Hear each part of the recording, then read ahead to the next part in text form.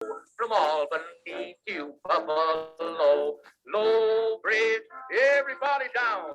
Low Bridge, we must be getting near a town. You can always tell your neighbor, you can always tell your pal if he's ever navigated on the Erie Canal. Emily. We'd better look around for a job, old gal. 15 years on the Erie Canal. You bet your life I wouldn't part with Sal. 15 years on the Erie Canal. Get up there, gal, we've passed that lock. We'll make room for 6 o'clock. So one more trip and then we'll go right straight back to Buffalo. Low Bridge, everybody down. Low Bridge, you got the finest view in town. Once a man named Mike McGinty tried to put it over Sal. Now he's way down at the bottom of the Erie Canal. Oh, where would I be if I lost my pal? 15 years on the Erie Canal. Oh, I'd like to see the mule as good as Sal. 15 years on the Erie Canal. A friend of mine once got a sore. Now he's got a broken jaw, 'cause she let fly with her iron toe and kicked him into Buffalo.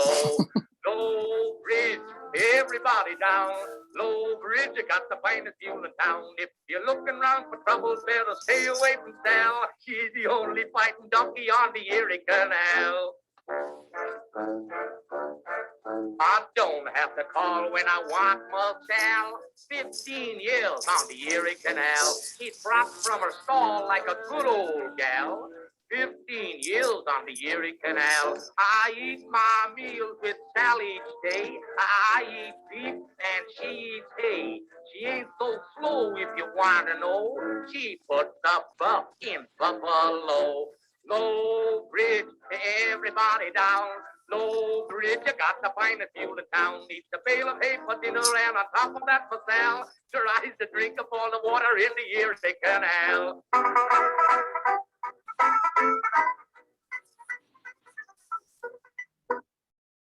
Oops. You'll sing all about my gal. 15 years on the Erie Canal. It's a darn cool ditty about my darn cool Sal. 15 years on the Erie Canal. Oh, every band will play it soon. Darn cool words and darn cool tune. You'll hear it sung everywhere you go, from Mexico to Buffalo. Low Bridge is body down. Low Bridge is got the finest view in town. She's a perfect, perfect lady, and she blushes like a gal if she hears you sing about her and the Erie Canal.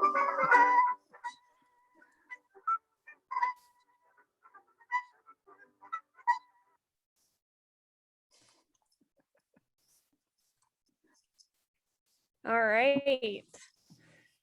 Good to see everyone. Thanks for joining us for another edition of Learning by the Lake. We're super excited to have all of you here.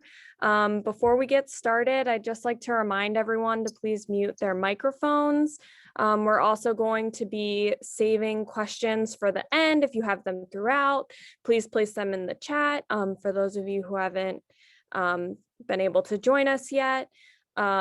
We are also thrilled to welcome Renee Forgensi Minarik tonight as our featured speaker. Renee graduated from Wells in 1980 with a degree in history. Until her recent retirement, she served as a resident judge in the Rochester District of the New York Court of Claims. She has also been a Wells College trustee since 2004, and in fact was the keynote speaker at last year's virtual commencement, where her daughter Steph earned her own Wells degree. So welcome, Renee. And Chris, if you want to go ahead and pull up the presentation, and we'll hand it on over. Thank you, everybody, and thanks for coming. The song, I had to go through the whole song because I just love that song. And the Erie Canal song, also known as Low Bridge, Everybody Down, was written by Thomas Allen in 1905 in response to an act by the New York State Legislature that permitted canal boats to use mechanical locomotion instead of draft animals to pull their boats. So it certainly was a real tribute to not just Sal, but all the animals that had worked the barge canal for the prior 15 years. So I want to start first about talking about why a canal and what North America looked like, and who was involved in North America early 1700s. So Chris, if you could go to that first slide, that would be great. So the provincial government in New York believed that the port of New York could rival and surpass the economic power of the port of Montreal. But because the French controlled the waterways to the Hudson River, New York had little chance to grow. I mean, you can tell in the map, the green, that was the area that the French controlled. And of course, what was happening then was the fur trade was quite lucrative. And what was going on were either whether it's the Native Americans or the French or whoever happened to be trapping at the time would have to take their wares through the waterways because it was easier than traveling over land. And they'd have to go through the port of Montreal. Occasionally they'd sneak through and they would come down the Hudson to Albany, but that didn't happen as often as I think Albany and the New Yorkers would have liked. The British were up in the Hudson Bay area as well as on the eastern seaboard. So by 1747, Provincial Surveyor General Cadwalder Colden determined there was actually a way to transport goods on an inland route, avoiding the lakes Erie and Ontario via the Mohawk River. If we could go to the next slide, please. So to understand the Court of Claims, there's a basic concept, a fundamental concept that we need to understand and talk about, and that is sovereign immunity. The sovereign in North America at the time was King George III. He controlled the colonies. The fundamental constitutional principle in England that the king could do no wrong. So under English common law, citizens could petition of right to the crown for possession or restitution of real or personal property if they felt they had been wronged by the king. Let's go to the next one, please. So when we get to the American Revolution, this, by the way, is a copy of John Trumbull's 1776 portrait of the signing of the Declaration of Independence. So by 1766, the provincial government had more accurately surveyed the connection on the Mohawk River between Schenectady and Fort Stanwix. Sluices, a sliding gate meant to control water, often for irrigation, were in use, preventing smooth navigation and would have to be removed if this was to be realized. It was 10 years later that navigation was open between Schenectady and the Seneca Lake, but the locks that they had constructed to lift or lower boats on stretches of water with different elevations, thinking about those small waterfalls, they kept failing. Chris, if you can zoom in a little bit on this one, I'm going to show you what we're talking about, natural waterways and what they were seeing before the American Revolution. Okay, sorry about that. Hold on one second. Okay, better you than me. Right. I'm just getting it zoomed in here so we can really see it, and then I'm going to share again. Okay. Okay. So again, Adventures with Zoom. Yeah. So again, this is just before the Revolutionary War. Up toward the top, you see the dark line that is like a third of the way over. Fort Stanwix is there at a little asterisk. And that happens to be up at the end of the Mohawk River. Mohawk River goes off to the right of your screen and into the Hudson River. There's no natural water connection between the Mohawk and what is referred to as the Seneca River, which flows into Oneida and then through the Finger Lakes, ending at Seneca Lake. All right. So what boats would have to do is they'd unload at Fort Stanwix. They do portage, or they carry it across to get to the Seneca River if they wanted to continue on to the frontier in the western part of the state. Okay, so let's go to the next one. So since the revolution shed us of King George, we still need to talk about the nature of sovereignty. And Alexander Hamilton in the Federalist, number 81, talked about it in terms of what it meant for the federal government, that it's inherent in the nature of sovereignty not to be amenable to the suit of an individual without its consent.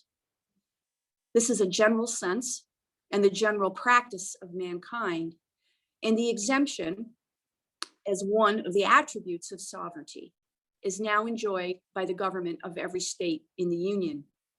Unless, therefore, there is a surrender of this immunity in the plan of the convention, it will remain with the states. So, as you can imagine, there was a lot of talk in the post-revolutionary development of our country. People, including the United States Supreme Court, observes that since we have no king, why do we have the rule of sovereign immunity anymore? They found it served no purpose. However, federal government eventually waives immunity, but only where private property is taken for public use. Then the United States government must pay just compensation.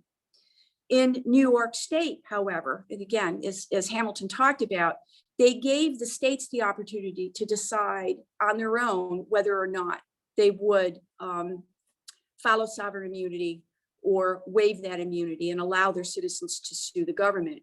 The New York State Constitution included no such waiver at this time. Citizens of the state of New York are required to petition the state legislature for compensation if they feel that they have been wronged. Okay. When I was doing the research for this, one of the writers that I was using as a source talked about the fact that it was his belief, and I don't disagree with him. You know, money was tight in the beginning for the federal government and for these different states governments. And part of lifting the sovereign immunity and opening yourself up to lawsuit was having to pay out damages. So it was a way of protecting the public fisc and not inviting financial instability in a newfound country or newly established state. You can go to the next one. So the state of New York picks up where the provincial government left off in exploring the possibility of an inland waterway.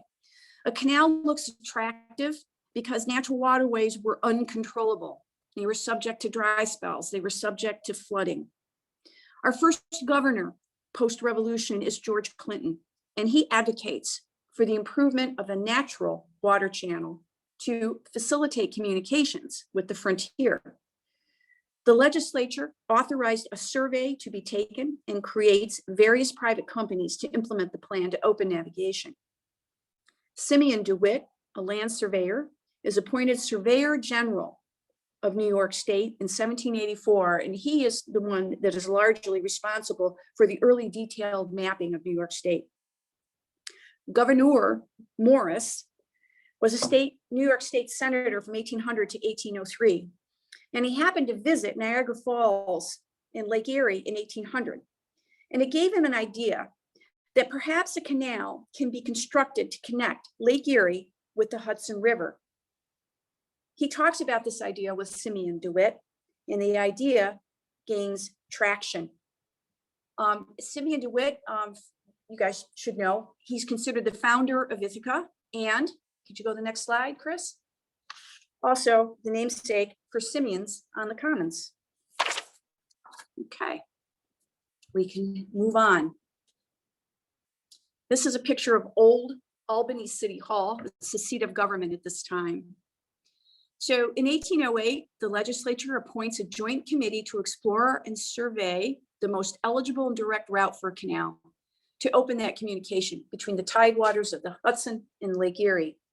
Simeon DeWitt appoints James Geddes, an engineer, surveyor, eventually a state legislature and US congressman, residing at the head of Onondaga Lake as a deputy surveyor general to help plot the route. By 1809, Geddes believes he's found a route. And after his report to the legislature decides to ask the federal government specifically President Thomas Jefferson at this time, to help fund this endeavor. They send Judge Joshua Foreman to make the ask. Judge Foreman has a very nice conversation with Thomas Jefferson, and his answer is, come back next century and ask again. Let's go to the next slide. So in 1810, the legislature appoints Mr. Morris, Stephen Wren Rensselaer, DeWitt Clinton, Simeon DeWitt, William North, Thomas Eddy, and Peter Porter as the Board of Commissioners with powers and means to prosecute business, and appropriated $3,000 to explore the route between the Hudson River and Lakes Erie and Ontario. The board travels and meets up in Utica, then on to Rome, Oswego, Three River Point, up the Seneca River to Lakes Cayuga and Seneca, then over to Geneva. From Geneva, they travel to Canandaigua Lake, to Irondequoit Creek, and the Genesee River, where Rochester stands today. From the Genesee River, they proceed overland west on Ridge Road to Lewiston, ending in Buffalo. And their description of Buffalo at the time of this travel, that it consisted of 30 to 40 houses, 5 lawyers, and no church. When they got to Buffalo, they decided that they would have the surveyors now go through and survey the route that they had just come from, and that they would meet again in New York City when the surveys were completed. Okay. Chris, yeah, thank you. So the surveyors were James Gaddis and Judge Benjamin Wright. The proposed canal would be 350 miles with a uniform descent of 6 inches per mile, powered by the water of Lake Erie. On the strength of their work and report, the legislature appropriates $15,000, adds 2 new commissioners to the board, and gives them the authority to employ other engineers, further surveys, and pursue federal and interstate aid for the project. And just so you know that the surveying work done by Gaddis and Wright, they became known as the fathers of civil engineering. So they kind of started the profession. Let's go to the next slide. So there's a little thing called the War of 1812, and canal work pauses. The legislature had appropriated $5 million to actually start doing the work, but it later repeals this appropriation so that it can pay costs of this war. Conversation on the canal, though, doesn't stop. It becomes now a conversation over what kind of canal they're going to build, whether it runs what they call on the level, or as Governor Morris preferred, running level. On the level uses locks and sluices to navigate changing elevations. Running level means cutting through land at a uniform descent. Just so you know, European canals at that time, and still are, they run on the level. They use locks. Later, the canal folks determined that they could run level, all right, in other words, from Erie to about the end of Cayuga Lake, because they had a problem when they get to Cayuga Lake, the land starts to sag at the ends of the Finger Lakes there. And there's actually there was a 130-foot difference between Cayuga Lake and the level of where the canal would be if they did that 6-inch descent per mile. Also at this time, keep in mind, the idea of a railroad surfaces as, unlike a canal, it could be used year round, and it had the potential to cause the early obsolescence of the canal. But for some reason, the conversation ended there and nobody considered the threat of the railroad further at that time. Let's go to the next slide. So here we are, post-war of 1812. By the way, this is the first state capitol building. The architect is Philip Hooker. DeWitt Clinton at this time bundles up all the prior reports and surveys and made sure that the legislature had all the information needed. The canal commissioners also made sure the legislature understood that there were plans for two types of canals that we just talked about, the one running level and the one with locks. And they pointed out that there were difficulties of transporting people and cannon over land during the War of 1812, and began a grassroots effort led by the commissioners to get the idea of the canal back in front of the legislatures, which they do succeed in doing. Let's go to the next slide, please.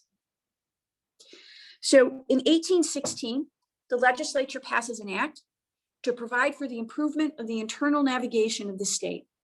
And they specifically get a survey of the route from Lake Erie to the Seneca River, and Wright's route of the Seneca River to Hudson River, and to induce downstate legislators to support the bill because they were pretty hostile about it.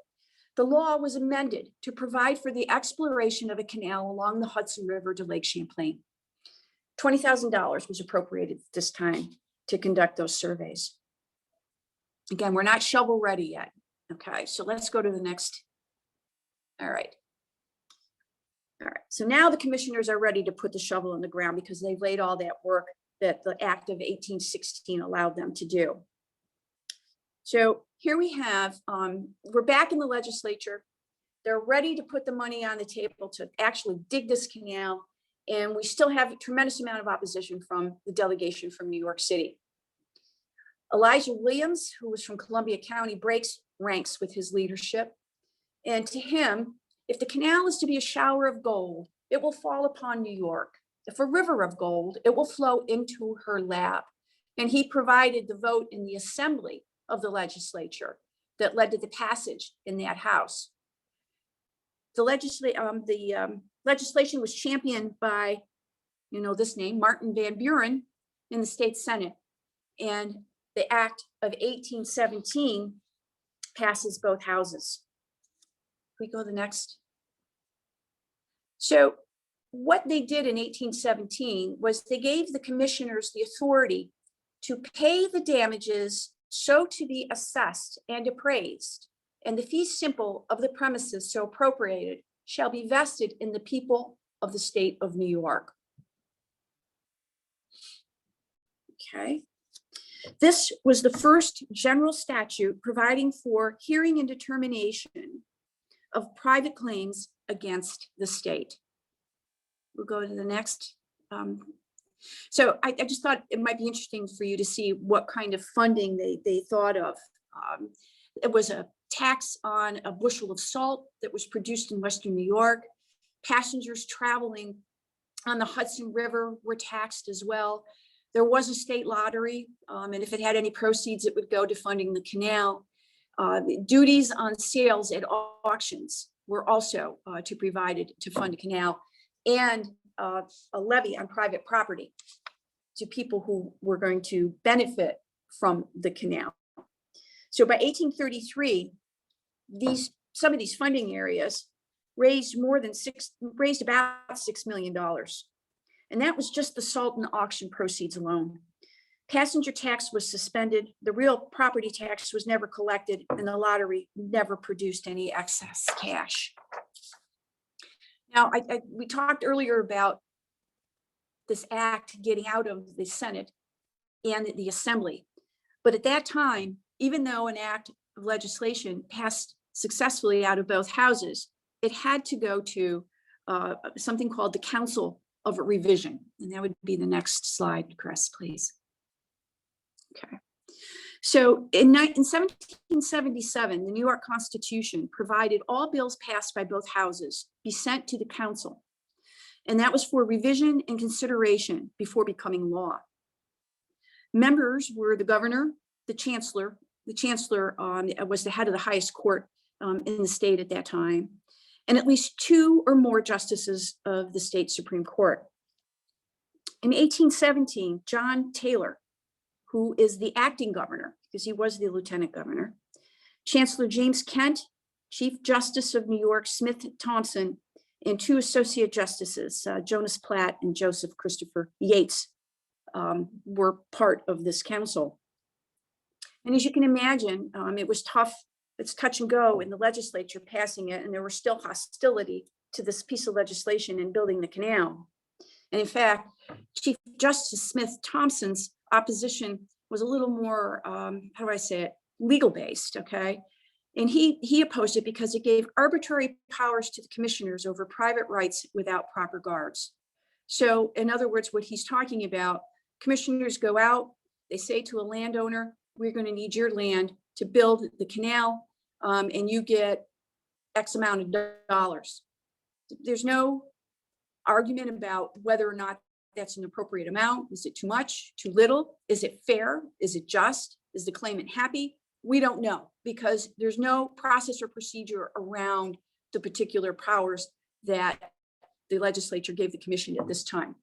So Chief Justice Smith Thompson opposes it. Let's go to the next slide. Now, the reason Lieutenant Governor Taylor is sitting here instead of the governor is because Daniel Tompkins, who had been the governor, had just become Vice President of the United States. So he happens to be in Albany, and he stops into this to partake of the conversation of the Council of Revision on the Erie Canal Act of 1817. And he believes that the canal would not only be impossible to build, but that it really was a fantasy. And that at that point, it was his opinion that it was more important that we prepare for war with Britain, because he did not believe that the War of 1812 was the end of hostilities with Britain, and that money would be better spent on armament and on troops. So apparently his statement got Chancellor Kent all riled up, and Chancellor Kent changes his vote from a no to a yes, because in his opinion, he'd rather spend the money on a canal than on a war. So the Act of 1817 gets out of the Council of Revision with approval and on a vote on 3-2, and becomes law. So the shovel goes in the ground. Let's go to the next. And the excavation begins at the Utica Summit, July 4th, 1817. And it begins in the middle because, frankly, this is a spot that the surveyors agreed was probably the easiest place to stop, the most level, okay, and the easiest to excavate. DeWitt Clinton is governor at this time. The project is derided by opposition as Clinton's Folly or Clinton's Big Ditch. Several years later, in 1821, the legislature passes an act creating a body of appraisers of property taken for canal purposes. And this is to help the commissioners assign value to all the land that's being taken to build the canal. The canal is going to be 363 miles long, 81 lift locks. It's 40 feet wide and 4 feet deep. Canal opens. Let's go to the next slide. On October 26th, 1825. Governor Clinton is seen here on the Packet Seneca Chief, leading a flotilla that travels to New York City from Buffalo in 8 days. While he was in Buffalo, they filled 2 barrels of water with Lake Erie water. And when he gets to New York City, he ceremoniously dumps the 2 barrels of Lake Erie water into the Atlantic Ocean. Immediately upon opening of the Erie Canal, water begins to leak and flood adjacent farms. Embankments fail and damage personal and real property. Critics at this point begin discussion of enlarging the canal and repositioning locks. Let's go to the next slide. So in 1825, the legislature empowers the governor to nominate, and buying with the consent of the Senate, appoint 2 freeholders who, acting with any one of the acting canal commissioners, constitute canal appraisers with the duty of assessing and appraising all unsettled claims for damages which any persons have sustained or may sustain by means of either the Erie or Champlain canals or any work connected therewith. And in addition, the legislation gives claimants the right to appeal to the Board of Commissioners. Between 1832 and 1865, the canal is widened and deepened in its original location.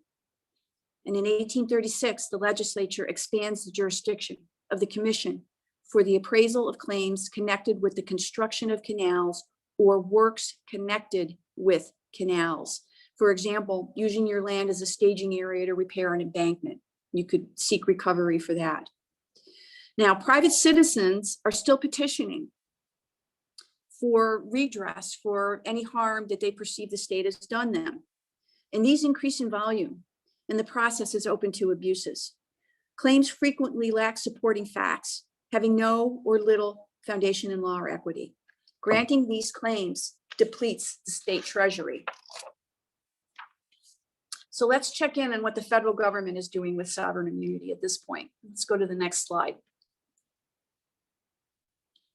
So President Abraham Lincoln in his 1861 inaugural, it is as much the duty of government to render prompt justice against itself in favor of citizens as it is to administer the same between private individuals. In 1867, the New York State Constitutional Convention creates a constitutional court of claims to hear and determine claims, all claims against the state, as the legislature shall so direct. That fails to be ratified, but you can see where the federal government is going as well. But the state declines. Let's go to the next one. Okay. So in 1870, the legislature creates the Board of Canal Appraisers to hear and determine all claims by any and all persons.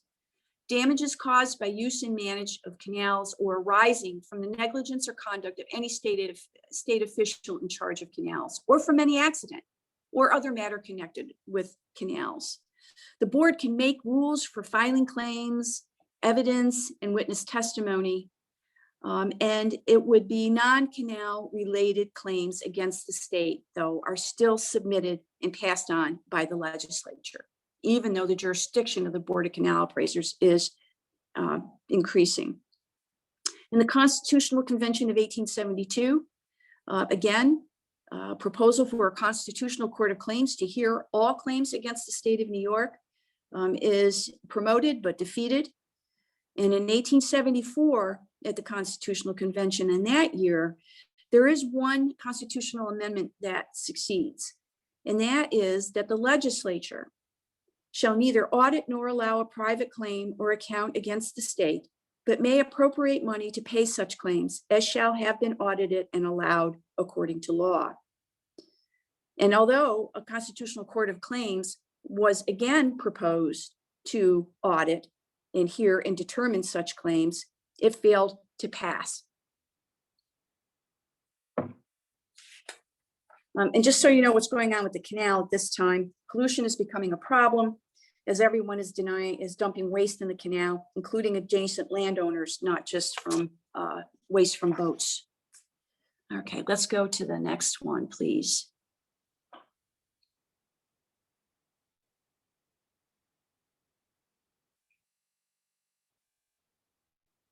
Hey, Chris?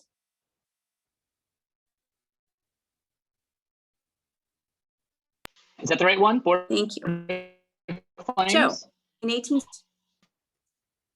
back one. Nope, I think I need slide number 27. Okay, thank you. So we just talked about the constitutional amendment that talked about the legislature no longer being able to, that right there, that's good. Legislature no longer being able to pass on whether or not, the efficacy of that particular claim in a private bill. And they needed to develop some kind of instrument or system to hear and determine and audit these different claims. So in 1876, they create the State Board of Audit. And this board consists of the comptroller, secretary of state, state treasurer, and has the power to hear all claims except those heard by the Board of Canal Appraisers. But similar to the Board of Canal Appraisers, they have authority to regulate the conduct of the parties that appear before them. Okay, so let's go to the next slide.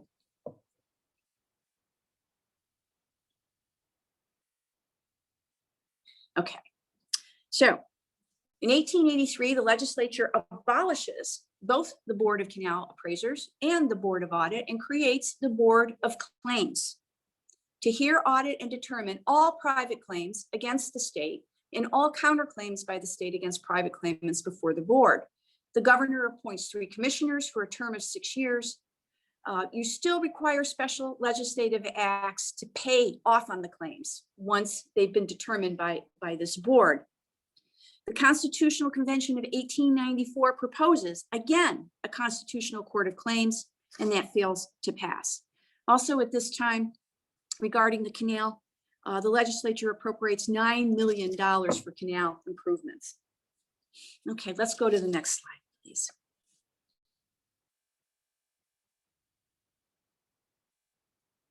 Okay, 1897. The legislature revises, amends, and consolidates several acts related to the Board of Claims. We now have a Court of Claims with the same powers and jurisdiction of the old board. We're going to call the commissioners judges now, and they'll be appointed by the governor on advice and consent of the Senate for a term of 6 years. Okay. At this time also, the legislature amends the Code of Civil Procedure and made it a court with all powers to carry on their judicial functions. In other words, regulate the parties that are appearing before them. So let's go to the next slide, because now we got problems. Okay, 1911, the legislature abolishes the Court of Claims and establishes a Board of Claims. Judges are no longer judges, they're commissioners again. All current judicial terms are extinguished. The governor has 60 days to appoint new commissioners. This act is actually challenged by the sitting judges, and the New York Court of Appeals upholds this act and says that the Court of Claims was an auditing board and quasi-judicial body and not a court within constitutional provisions. So the legislature had no authority to create a court with statewide jurisdiction when they passed the last act and created it. Now, I loved reading the dissent in this case. This is Swift v. Luce, but the judge in the dissent takes on the majority when he says, look, the intent here is clear. They're preserving a court. They're just changing the name and getting rid of all the old judges that may be given and giving those positions to others who presumably are the same political party by the majority, who are the same political faith as that entertained by the majority of the legislatures by whom the amendment was passed. So there's a lot of back and forth going on. It's becoming pretty much political football. So let's go to the next slide.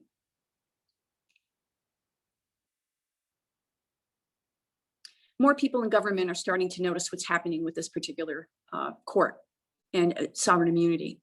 So the legislature in 1915 abolishes, again, the Board of Claims and revives the Court of Claims.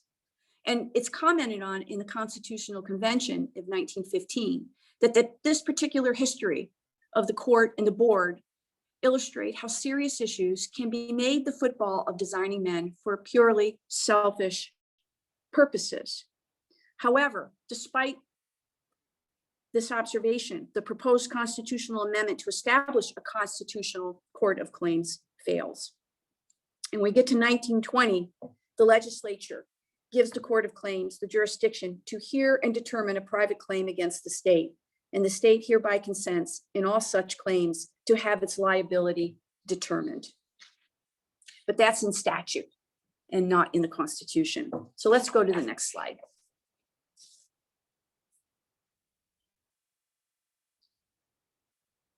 Okay. All right, so here we have Governor Theodore Roosevelt. He is inaugurated in January of 1899. And the first most important issue, pressing issue of the day and for his administration is, what is the proper policy which the state should pursue in canal matters? Now, I don't know if you remember, but a few slides back, I talked to you about $9 million being appropriated for canal maintenance and improvement. That was under his party that was appropriated. It was also mismanaged. And so there was a horrendous fall campaign in '98.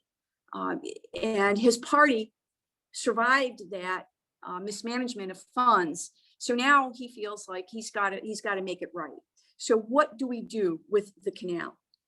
And the question at the time was, do we abandon the canal? Do we maintain it, or do we enlarge it? And if we enlarge it, if so, to what extent and what cost? The committee he appointed took a year and then came back with a recommendation to enlarge it, change the route, and use Seneca and Oneida rivers, Oneida Lake and Mohawk River, rather than the original canal route. And they wanted to increase the depth to 9 feet. They would issue 18-year bonds. And here, where we talked about the canal song in the beginning, here they also passed a law that it was okay now to use mechanical locomotion to move boats down the canal, and as well as replace hand power with mechanical power to operate gates and valves.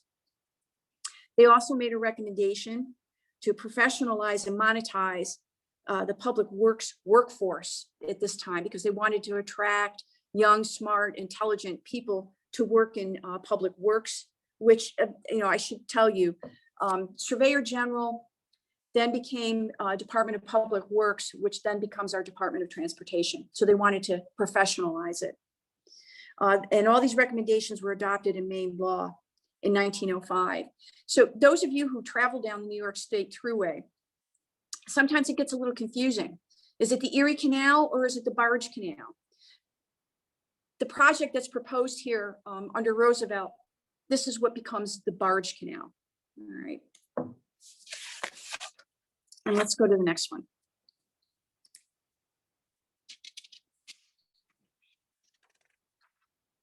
Okay. So we do get a constitutional amendment in 1925. And it's nothing in this article contained shall abridge the authority of the legislature to create or abolish any board or court with jurisdiction to hear an audit or determine claims against the state. And any such tribunal existing when this article shall take effect shall be continued with the powers then vested in it until otherwise provided by law. So the Court of Claims is continued, but the legislature still has the power to alter or abolish it. Let's go to the next one.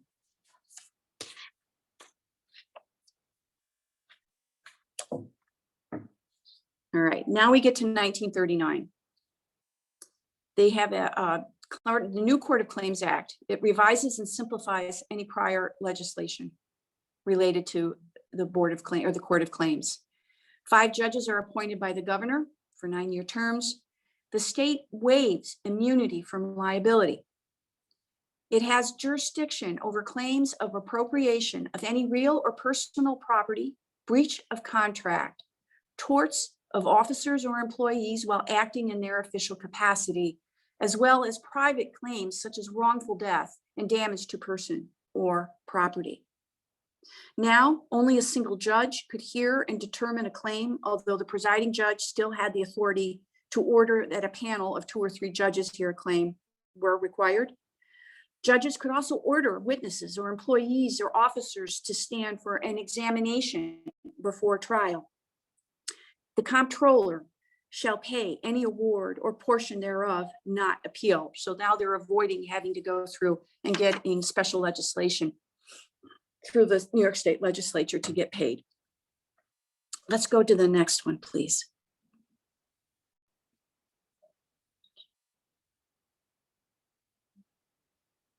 Okay, so here we have the 1949 constitutional amendment. The Court of Claims is continued, and it is finally, after all this time, recognized as a court of record. There are 6 judges, but the legislature could add more with terms of 9 years. Judges are required to meet the same standards as justices of the Supreme Court. And the jurisdiction is to hear and determine claims against the state or by the state against the claimant or between conflicting claimants as the legislature may provide. Practice and procedure before the court was now provided by statute. And so we've come a long way from going out and appropriating land to build a canal. Appropriation at this time, 1949 into the 1960s, were appropriating land. It's taken to build highways, state hospitals, prisons, parks, and parkways. And let's go to the next, please. And just a little postscript on these private bills. They were really the bane of any governor's existence. And this is Governor Alfred E. Smith, about 1928. And he was so annoyed with the proliferation of these legislative bills seeking redress that he vetoes all 60 of them that was passed out of the legislature in 1928. And he actually calls out the legislature and tells them, you know, look, this is hapless, careless, and a discriminatory procedure. Almost all these bills involve torts, and that's basically a wrongful act. It's not a contract. Like, it's, for example, it's a car accident or a slip and fall. Governor Smith suggests that the legislature waive immunity to suit for torts through a general enabling act where the Court of Claims would hear and determine these cases.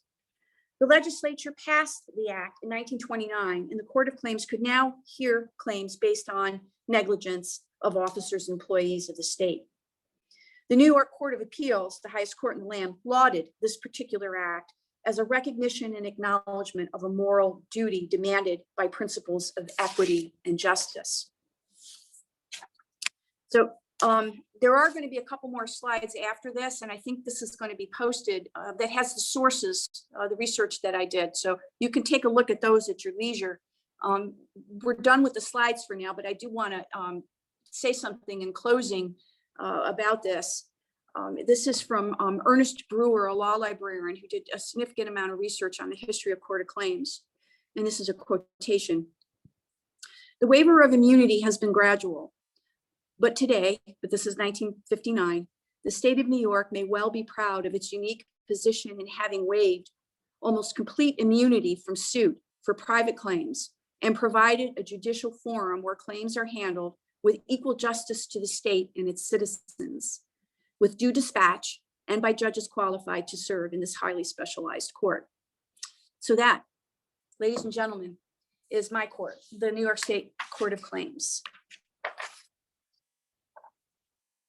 So I don't know Awesome. where you guys want to go. If anybody has any questions.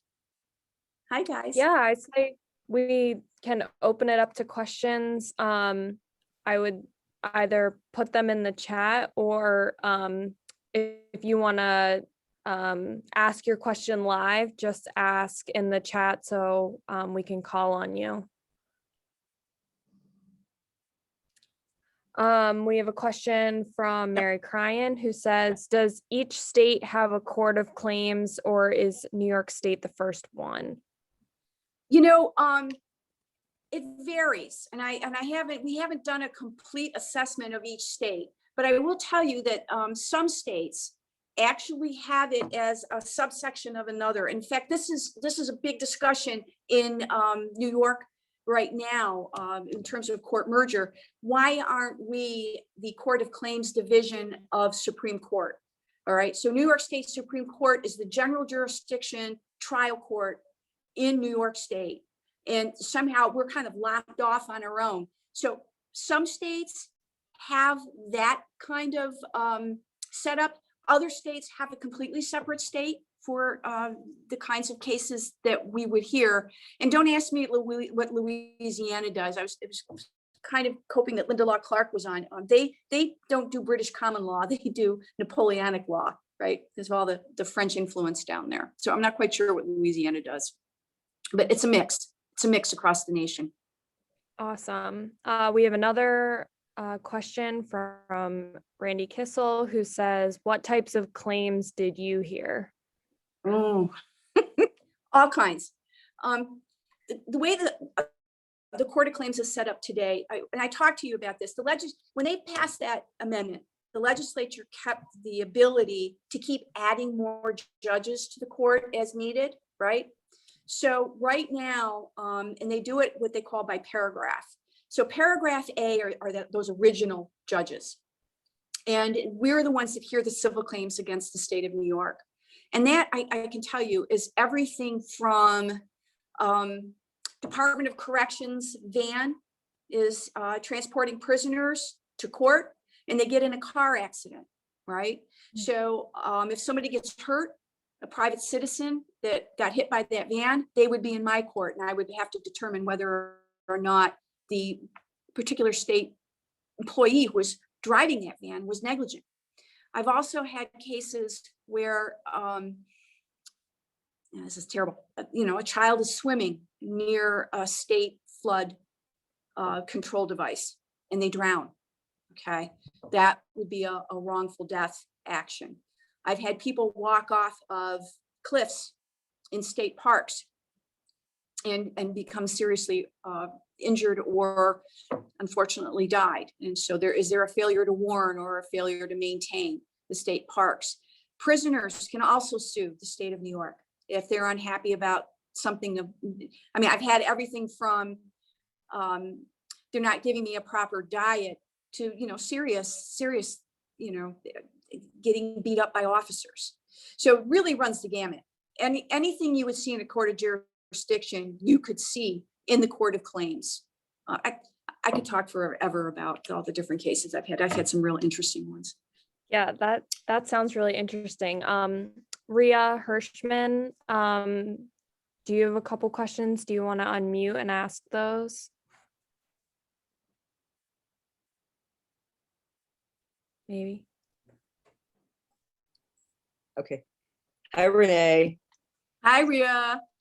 Hi. So I'll ask all the questions at the same time. I think one of them is just a simple yes or no. So I have three questions. One is whether the term stagger, because it didn't sound from the wording as if the terms would stagger, like all the judges would be appointed at the same time. So that was one question. Another question is whatever happened to the Council of Revision? Is there still an equivalent? And the third is, I did not realize that New York State had that many constitutional conventions. Were they called at whim or are they called on a regular rotating basis? Okay. All right, let me start at the bottom. The constitutional conventions, without me doing further research, the only thing I can tell you anecdotally is it looked like they were every 2 years. And then somewhere, I know. yeah, I don't know why they did that. So I can't, I'm not an expert on the constitutional convention stuff. So I would have to research that and I can get back to you. Okay. So, all right. So that's Rhea. Because I kind of want to know too. This whole research project raised a lot of questions for me. The Council of Revision actually was repealed in 1821. So the only way it exists today, you see it in the federal government and you'll see it in the state, is if bills come out of each house and they're not the same, right? Right. It goes to a committee made up from members of both houses to work out the deals and agree on a bill, right? I think that's kind of where they were ending. That Council of Revision was kind of strange to me because it had judges on it, which if you're going to challenge legislation, either the constitutionality of it or what have you, the judges are going to do that, right? You would think. So why are they sitting and passing on legislation before they even have an issue before them? So it was kind of a strange thing, and also they have the governor there. All right, and But, now no. bills from two different houses go to usually called conference committee or something like that, and they. Yes. Right. And they try to hammer out the differences. Do the terms stagger? They kind of ended up that way. Like, for example, when I first got appointed in 2001, I was taking over somebody's term who had left. So I had like 4 years. And then after that, I got 9 years and then another 9 years. And then somebody will be appointed to finish off my term because I didn't go to a complete final term. So they're staggered in a way. Yeah. But it's been kind of haphazard. Okay. Haphazard staggering. I like that idea. Yeah. What I Thank have to you tell so you, much. you're welcome. One of my interns is here. Hey, Devon. Devon worked with me one summer when he was at Wells in the Court of Claims. Nice to be here. It's nice to see you. Hey, Renee, I got a message from Cindy Speaker, and we were wondering if you could talk a little bit about how you ended up as a judge and kind of what your career path has been since Wells? Oh, sure. I can do that. Um, uh, it was a long one. No. When I left Wells, I actually worked at a law firm as a legal assistant before I went to law school. So I went to law school. I came out and I became a law clerk in New York State Supreme Court, right? That general jurisdiction trial court. And I was there for about 5 years and then went out in private practice. And I did everything from municipal work, but I got more involved in government and started to run for office and got involved in politics. And once I did that, I don't even know where to start. I've done I've had my hand in so many damn things. I can't even begin to tell you what it was, but essentially it's this. I worked for state government as a law clerk. I was in private practice and got involved in politics. Ended up back in state government because I ended up working at the Department of Environmental Conservation, which wasn't law related. I had lawyers on staff, but I was a regional director for DEC here in Avon for a couple of years. And then I ended up taking over administrating the Office of the Attorney General in Rochester, where I got to familiar with the Court of Claims, and a position came up. They asked me to apply for it. I did, and I was selected. So that pretty much is it. It's a lot of little steps in between. Is that enough, Cindy, or you want more? No, that's good. I wanted people to hear what your path was. Yeah, it was. The path was interesting. I regret nothing. And it's interesting to hear the DEC component, especially in terms of, Steffi's interest. So, well, that was more Girl Scouts, I think. But the DEC thing, and actually, I was in a deputy counsel for the Wetlands Appeals Board, and in municipal law, we had the environmental, the SECRA, the State Environmental Quality Review Act. So I was advising a lot of municipal boards on environmental law. So that DEC was really kind of a fit, an accidental fit, but a fit. It was an absolutely wonderful job and experience. Steffi wasn't around when I did that, by the way. Speaking of, Steph has a question. What was your favorite case to work on? Oh, okay. My favorite case to work on, there was one that was recent and then there was one a while ago, and the funny thing is my favorite cases really have to do with environmental issues. And I didn't get many of them because in the Court of Claims, if it was a complete, like if it was DEC was involved, those cases stayed in Albany. Okay. For some reason, they just stayed in Albany and they didn't get out into the residencies. But the Attica Correctional Facility, okay, in Wyoming County, Genesee River. I don't know if any of you are too familiar with how the Genesee River runs. It runs north. Okay, it's kind of a unique thing, and it snakes a lot. And so a lot of time that snaking action in the curves start to erode toes of hills. Okay. And so this kind of happened across the street from Attica Correctional Facility was a road with about 5 or 6 houses. And behind the houses was a cliff that went down to the Genesee River that happened to be on a Genesee River bend. Turns out these houses fell into the river.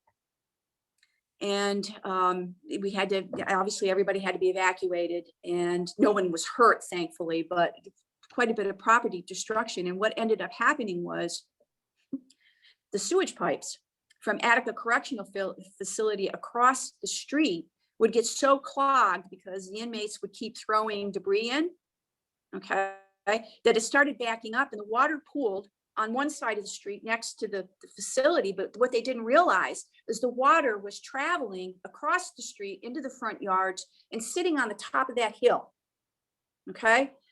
and created such weight at the top of the hill that the bottom of the hill close to the water failed. And so everything just tipped and went right into the water. So I dealt with hydrology issues, how water flowed, erosion. It was just such a fascinating case, and the attorneys did a great job. So that was one favorite. That's a favorite case. And the other favorite one I just had, and I can't tell you too much about it because I think their time to appeal hasn't run. It was one of the last ones I did before I left, but saltwater runoff from icing on the throughways. And I can tell you this because everybody agreed to this. I migrated onto the farmer's property that was adjacent to the throughway and spoiled his well water. And what his claim was that his cows died because they had salt poisoning from the water before they could figure out what was happening. So that was also a very fascinating case because I had to get into, soluble minerals and how the water, underground water, there's all kinds of fissures down there. Was it a leaking well? Was it a cascading well? So all that was very interesting. It was very interesting. Wow, that's fascinating. Little too I could just, Renee, I could listen to you talk all day. I want you to narrate books on tape. I'm here for it. Randy wants to know if you would like to become a civil engineer. You know what? The funny thing is, when you take those tests in junior high, like what should you be when you grow up? You ever take those tests?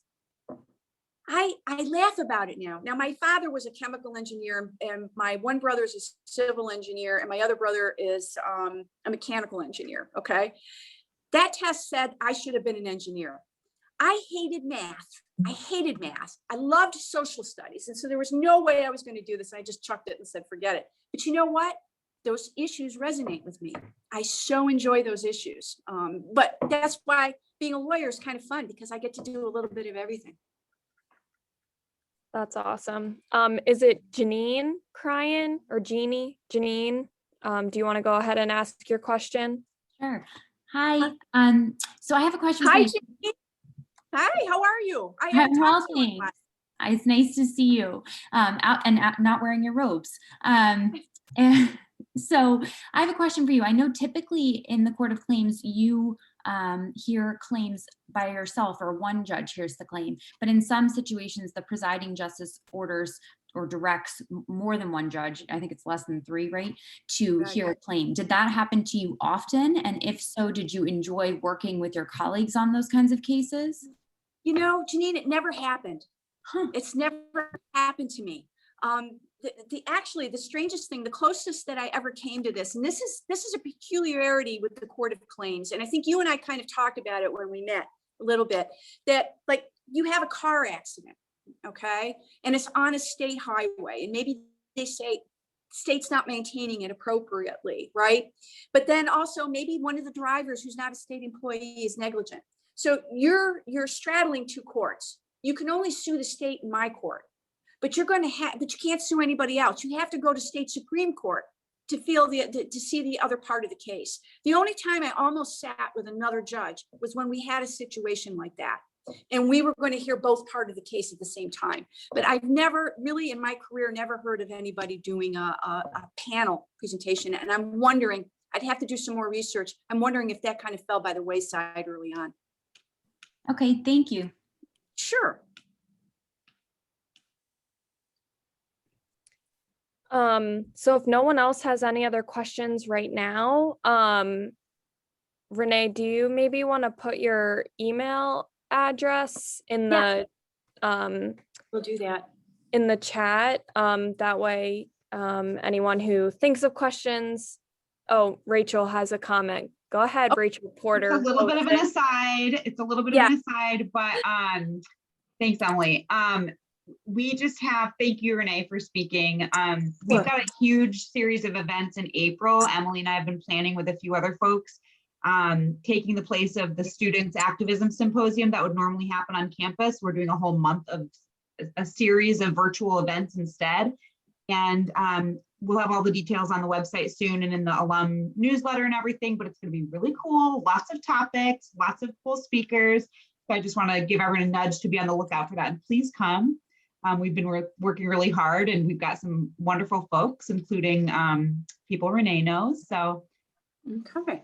please come. Shoot me an email if you have any questions. Okay. Can I just say thank you, everybody? I had fun preparing this. I could probably talk for a couple of hours, but the Erie Canal stuff's fascinating. If anybody ever wants to call that, call me and I'll talk to you about it. I have more stuff. Road trip, Renee. We Start in Buffalo and go all the way to the Hudson. Pam Yanko will have a sing along with you with that 5 verses. We should do that. That would be fun. We'll follow the original canal route with the original board, right? Exactly. Oh, Pam's on board. I can see it. Okay, that's fun. Oh, guys, thanks so much. This was a riot. Thank you. Hi, This is Nancy. great. Renee, thank you so much. You're welcome. Hey, Eb. Thanks, guys. Nice to see all these faces. I love seeing all these Isn't it great to see so many I know. faces? including some Really of my classmates. With one of them, just it's hard to. Everybody's jumping all over the screen, but familiar faces.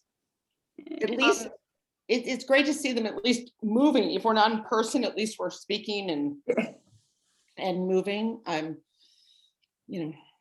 Yeah, that's cute. So the recording will be up by the end of the week, and I'll also attach Renee's PowerPoint to go along with it, and the link to the Erie Canal song in case you want to listen to it on your Erie Canal drive. And where will that be? I'm sorry, Emily. I on the Wells College YouTube channel. But if you registered for this event, I'll send a follow-up with a link to the recording. Thank you.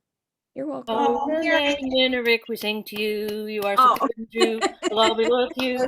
You raise your name and praise you too. And so we sing. You're welcome. Hey, guys, it was nice seeing you all. Have a good night. Bye-bye. You too.